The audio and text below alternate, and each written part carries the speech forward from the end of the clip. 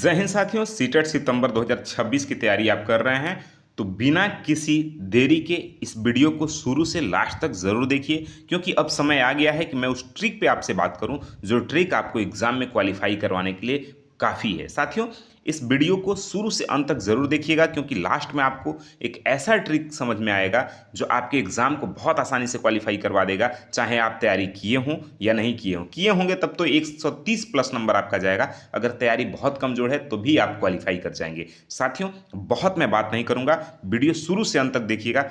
देखिए, एक ट्रिक और है जो अगले वीडियो में मैं बताऊंगा।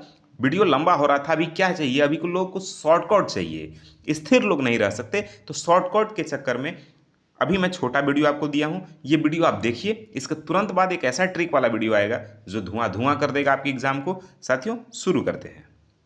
आप भी सीटेट सितंबर 2026 की तैयारी कर रहे हैं और अंदर से कहीं ना कहीं एक डर है कि एग्ज़ाम में क्या होगा, मैं क्वालिफाई कर पाऊंगा या नहीं कर पाऊंगा, तैयारी बढ़िया नहीं है।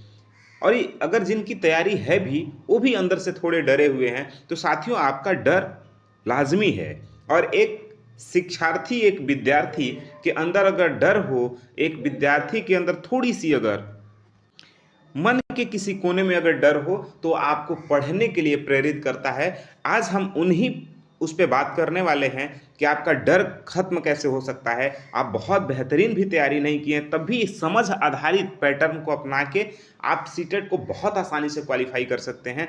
साथियों, मैं एक डेटा आपके साथ पहले शेयर करता हूं। ये देखिए, आप अभी सीटेट के ऑफिशियल वेबसाइट पे हैं और आप देखेंगे कि पब्लिक नोटिस सीटेट फरवरी 2026 का ये पब्लिक नोटिस है रिजल्ट से संबंधित। और आप देखिए, यहाँ पे मैं आपको दिखा दूं, पब्लिक नोटिस है रिजल्ट से संबंधित। और साथियों, देखेंगे आप तो देखिए, पेपर 1, पेपर 2 और टोटल, यानी पेपर 1 में कितने रजिस्ट्रेशन हुए, अपेयर कितने हुए, क्वालिफाइड कितने हुए, उनका परसेंटेज क्या है। वैसे ही साथियों, पेपर 2 में रजिस्ट्रेशन कितने होते हैं, अपेयर कितने होते हैं, क्वालिफाई कितने होते हैं और उनका परसेंटेज रिजल्ट क्या है, ये सीटेट आपके सामने पब्लिक नोटिस में रखा है। अब चूंकि मैं इस पे बात करने वाला हूं कि आप बहुत बढ़िया अप्रोच के साथ समझ आधारित चीज़ों को समझ के एलिमिनेट मेथड के द्वारा और ऐसी दो महत्वपूर्ण बातों को जान करके आप सीटेट को बहुत आसानी से क्वालिफाई कर सकते हैं। बहुत सारे कोचिंग वाले बात नहीं बताते हैं। अब चूंकि एक दो बार आप देखेंगे कि पिछले 6 महीने से बात को बार बार कहा जा रहा है, तो अब चूंकि खुल के लोग बोल रहे हैं। साथियों, देखिए, आप देखेंगे कि जो रिजल्ट का परसेंटेज है पेपर 2 में वो 18% है, 33% पेपर 1 में है और ओवरऑल दोनों पेपर को मिला दें तो 25.68% आपका रिजल्ट बनता है। आखिर क्या बात है कि वो बाकी के 75% जो बच्चे हैं वो डिस्क्वालीफाई हो जाते हैं, वो एग्जाम को पास नहीं कर पाते हैं। ऐसी क्या बातें हैं और ऐसा क्या तरीका है कि ये 25% लोग आपके एग्जाम में पास कर जाते हैं। मेरे भाई, बहुत कठिन सवाल नहीं रहता है आपके सीटेट एग्जाम में। आसान भाषा को कठिन बना दिया जाता है, आसान प्रश्नों को कठिन बना दिया जाता है। प्रश्न कठिन नहीं होते हैं, प्रश्न आसान होते हैं, लेकिन उनको उनका जो लैंग्वेज है इतना लेंदी बना दिया जाता है कि आपको कठिन लगने लगते हैं। वो दिमाग के ऊपर से निकलने लगते हैं कि आखिर ये पूछना क्या चाह रहा है। वो जो मीम नहीं आता है, अरे भाई कहना क्या चाहते हो, वही वाला हाल हो जाता है कि क्या कहना चाहता है क्वेश्चन। देखिए मेरे भाई, अब मैं आपको बताऊंगा वो तरीके कि आप कैसे एग्जाम को क्वालिफाई करेंगे। एक पेपर हमारे पास है सीटेट का, और पहले उसको देखिए फिर आगे देखिए। देखिए, इनमें दो बातें होंगी। पहली बात तो ये कि दो ट्रिक की मैं बात करूंगा आपसे, दो समझ पैटर्न की बात करूंगा। पहला तो ये कि आप भाषा को कैसे आसानी से पास कर सकते हैं और अच्छा नंबर ला सकते हैं, पहला। दूसरा, टैग वर्ड के साथ आप किसी भी क्वेश्चन को एलिमिनेट करके और कैसे सही उत्तर तक पहुंच सकते हैं। बस दो हम मेथड पे आपसे, दो ट्रिक पे बात करेंगे। ये दोनों आप जानते हैं जो सीटेट का एग्जाम है वो समझ आधारित होता है, रटने वाला व्यक्ति इसमें फेल कर जाएगा, ये आप जान लीजिए। कुछ हैं जो रटना पड़ेगा, कुछ तो है। जैसे एसएसटी में कुछ आपके प्रश्न हैं, लगभग 30 से 40 प्रश्न ऐसे हैं जिनको रटना पड़ेगा, पढ़ना पड़ेगा। आपके सीटेट एनसीईआरटी क्लास 6 to 8 का जो एसएसटी का किताब है उससे कुछ फैक्ट हैं जो रटने पड़ेंगे, लेकिन बहुत सारे ऐसे हैं जो समझ के आप उसको क्वालिफाई कर सकते हैं। पहली बात मैं भाषा पे बात करूंगा। मान लीजिए मेरे भाई कि आप जानते हैं कि सीटेट में दो भाषा लेना होता है, भाषा 1 और भाषा 2।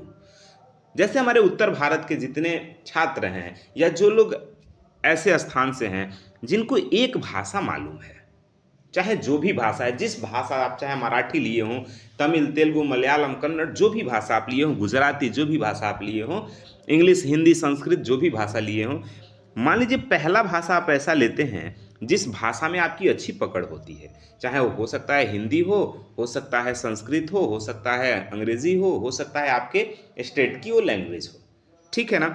जानते हैं 22 भाषाओं में से कोई एक भाषा लेना होता है। अब चूंकि जो भाषा आप 1 में ले लेंगे उस भाषा को आप 2 में नहीं ले सकते। सपोज अगर हम हिंदी में भाषा 1 में हम हिंदी ले लिए तो अब भाषा 2 में हम हिंदी नहीं लेंगे। अब भाषा 2 में हिंदी छोड़ के 21 भाषाओं में से कोई भाषा ले सकते हैं। बात समझ में आ रहा है? तो अब करना क्या है कि आप जो भाषा 1 में लिए हैं उस भाषा को बहुत अच्छे से तैयार कर लीजिए, ठीक है ना। उसको तैयार करने के बाद क्या होगा कि जो भाषा 2 रहेगा, अब जाहिर सी बात है भाषा 2 आपका कमजोर है तभी आप भाषा 2 में लिए हैं, ठीक है ना, लैंग्वेज 2 में उसको लिए हैं। अब मान लीजिए कि भाषा 1 में आपने हिंदी लिया और भाषा 2 में आपने अंग्रेजी ले लिया, ठीक है ना। अंग्रेजी ले लिया और अंग्रेजी आपको पढ़ने नहीं आता है। अब चूंकि पढ़ने नहीं आ रहा है तो आप क्वेश्चन को समझ नहीं सकते, क्वेश्चन को समझ नहीं सकते तो आप उत्तर दे नहीं सकते। उस परिस्थिति में क्या करना होगा मेरे भाई? तो उस परिस्थिति में आपको करना ये होगा कि जो भाषा 2 में अंग्रेजी लिए हैं ना, तो अब आपको करना ये है कि भाषा 2 का जो हिंदी का पेपर है उसको पढ़िए और भाषा 2 के अंग्रेजी के पेपर का उत्तर दीजिए। समझ आया? अब वो कैसे करना है, कई साथी कहेंगे कि कहाँ से शुरू करना है। अब मान लीजिए भाषा 2 हो गया अंग्रेजी, ठीक है ना, और भाषा 2 हो गया हिंदी। अब हिंदी का जो गद्यांश और पद्यांश और व्याकरण वाला प्रश्न रहता है, स्टार्टिंग से 15 प्रश्न, लगभग 14 या 15, अधिक से अधिक 16 होते हैं बस। वहां तक तो आपके हर विषय में अलग अलग रहेंगे, हर भाषा का, संस्कृत का अलग रहेगा, हिंदी अलग रहेगा, तमिल अलग, तेलुगु अलग, कन्नड़, गुजराती, मलयालम, सब अलग अलग। लेकिन जो 15 के बाद का जो प्रश्न रहता है, 15 नंबर टीचिंग पेडागोगी के, वो सभी प्रश्न सेम रहते हैं। उसमें सीबीएसई करता क्या है कि अंग्रेजी में पेपर बनाता है और उसको सभी भाषाओं में ट्रांसलेट करवा देता है। आपको मैं दिखाना चाहूँगा, उदाहरण के लिए पेपर है आपका, आप थोड़ा सा धैर्य बना के रखिए, आपका बहुत बेहतरीन काम आज होने वाला है। आप सीटेट के वो रामबाण तरीके को जानने वाले हैं जो आपकी बहुत आसानी से कम 15-20 नंबर तो ला ही देगा। साथियों, अधिकांश मैं देखता हूँ लैंग्वेज के पेपर में किसी का 10 नंबर आता है, किसी का 12 नंबर आता है, लेकिन आज इस ट्रिक से आप कम से कम 20-22 प्लस नंबर लेके आएंगे अगर आप कुछ भी नहीं जानते हैं उस भाषा में तब भी। आइए मैं बढ़ता हूँ भाषा की तरफ। देखिए, ये है भाषा 1। मान लीजिए आप अंग्रेजी लिए हैं भाषा 1 में, ठीक है ना। भाषा 1 में मान लीजिए आप अंग्रेजी लिए हैं, ठीक है। अब चूंकि आपका अंग्रेजी ठीक है और भाषा 2 में कोई और विषय ले लीजिए, मैं हिंदी से शुरू करता हूं क्योंकि अधिकांशतः हिंदी लोग लेते हैं भाषा 1 में, फिर अब आपको समझ में आएगा। भाषा 1 में मान लीजिए आपने हिंदी लिया है और भाषा 2 में मान लीजिए आपने अंग्रेजी ले लिया है। बात समझ में आ रहा है? भाषा 1 में आपने हिंदी ले लिया है और भाषा 2 में आपने क्या ले लिया है? अंग्रेजी ले लिया है। अब आपको करना क्या है, स्टार्टिंग का जो प्रश्न है वो तो गद्यांश और पद्यांश और व्याकरण से रहेंगे, लेकिन बाकी का जो प्रश्न है वो आपके सेम रहते हैं टीचिंग पेडागोगी के। अब देखिए, अभी तक यहाँ व्याकरण और गद्यांश पद्यांश से प्रश्न आ रहा था, अब यहाँ से आपके क्वेश्चन नंबर 105 से शुरू हो गए आपके किसके प्रश्न?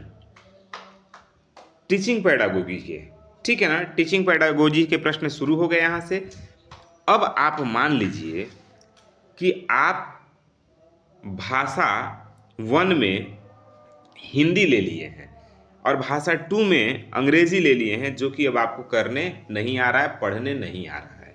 उस परिस्थिति में आपका क्या करेंगे, पहले आप अपने भाषा 2 पे चलेंगे, ठीक है ना। ये है आपका भाषा 2, ठीक है। आप देखेंगे पैसे से संबंधित सारे प्रश्न हैं, ठीक है। यहाँ से देखिए। अच्छा, मान लीजिए अगर आपको ये भी समझ में नहीं आया कि इंग्लिश में पैसे से संबंधित प्रश्न कहाँ तक हैं, व्याकरण से संबंधित प्रश्न कहाँ तक है, कहाँ से टीचिंग पेडागोजी के प्रश्न चालू हो रहे हैं, ये भी समझ अगर आपको नहीं आ रहा है तो कोई घबराने की बात नहीं है। आपको सीधे इंग्लिश को छोड़ देना है, आपको हिंदी भाषा 2 पे चल देना है। यहीं से हिंदी भाषा 2 पे आना है। आप आ गए हिंदी भाषा 2।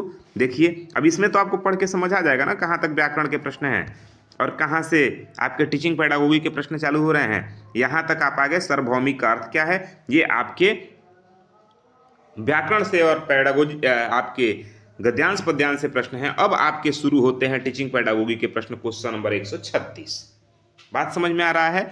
अब सवाल ये है कि कौन सा उपकरण समक्रमिक और अतुल्यकालिक ऑनलाइन शिक्षण अवसरों की उपलब्धता देता है, ठीक है।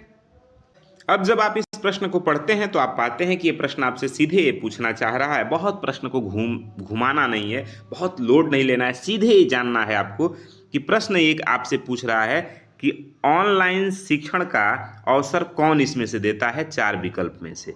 तो साथियों आप जानते हैं पाठ्य पुस्तक ऑनलाइन है नहीं, रेल यात्रा टिकट ये भी ऑनलाइन नहीं है, टेलीविज़न ऑनलाइन है लेकिन एक तरफा है, मतलब टेलीविज़न के उस तरफ जो आदमी बोलता जाएगा, इधर बैठा विद्यार्थी सिर्फ सुनता जाएगा निष्क्रिय होकर के, वो कुछ बोल नहीं सकता। लेकिन जो पैडलेट है ना भाई, उस पर आप ऑनलाइन जब शैक्षणिक कार्य करते हैं तो दोनों तरफा संवाद होता है, चैट के माध्यम से, स्क्रीन शेयरिंग के माध्यम से छात्र और शिक्षक दोनों आपस में वर्चुअल जुड़ सकते हैं। तो पैडलेट विकल्प आपका फुर सही हो जाएगा। अब बस करना कुछ नहीं, आप हिंदी में इतना जान गए, आपको सीधे अपने भाषा 2 के अंग्रेजी वाले सेक्शन में जाना है और आपको पहुंचना है क्वेश्चन नंबर 136 पे। देखिए क्वेश्चन नंबर 136 पे, और आपको करना कुछ नहीं है, सीधे क्वेश्चन नंबर 136 विकल्प नंबर 4 मार दीजिए। निश्चित 140% मेरे भाई सही होगा। आप देखिए railway ticket, television, text book और पैडलेट सबकी चर्चा की गई है। एग्जैक्ट क्वेश्चन वही है, बस ट्रांसलेट कर दिया गया मेरे भाई। एक बात को अगर आप इस समझ गए तो आपका कोई भी लैंग्वेज हो, किसी भी लैंग्वेज को आप लिए हो, भले आपको पढ़ने तक नहीं आता है उसको, लेकिन फिर भी आप कम से कम 25 प्लस नंबर, 27 प्लस नंबर करके आएंगे मेरे भाई। ये मेरा गारंटी के साथ आपसे वादा है। बस ये बात आपको कोई बताता नहीं है, ठीक है ना। तो आपको करना यही है। अब आप सोचिए कि आप भाषा सेम आप भाषा 1 के भी साथ कर सकते हैं। भाषा 1 में मान लीजिए आपने अंग्रेजी ले लिया, भाषा 1 का अंग्रेजी आपको पढ़ने ही नहीं आ रहा, कुछ नहीं करना है, भाषा 1 के हिंदी को पढ़िए और अंग्रेजी का उत्तर दीजिए। सीधा सा बात है, कोई भी इसमें बकवास नहीं है, सीधे एक लाइन में ये समझिए। हर प्रश्न जाके पेडागोगी का एक हो जाता है, बस ट्रांसलेट कर दिया जाता है। That's it. आपको ये बात समझ आ रहा है कि नहीं, ये बताइए। अगर नहीं आ रहा तो तुरंत अभी के अभी मैं ऑनलाइन हूँ, आप कमेंट करिए मेरे पास, मैं आपको निश्चित रूप से समझा दूंगा कि आपको करना क्या है। लैंग्वेज में कोई दिक्कत नहीं होगा, आप क्वालिफाई करके आएंगे, इतना मेरा गारंटी है आपसे। बाकी मैं टैग वर्ड का वीडियो आपको बहुत जल्द दे रहा हूँ, जिस पर लगभग मैं सभी प्रश्नों को आपको बताऊंगा कि कैसे टैग के माध्यम से आप प्रश्नों को सॉल्व कर लेंगे। बस धैर्य के साथ वीडियो देखिए। जय हिंद, मिलते हैं अगले क्लास में।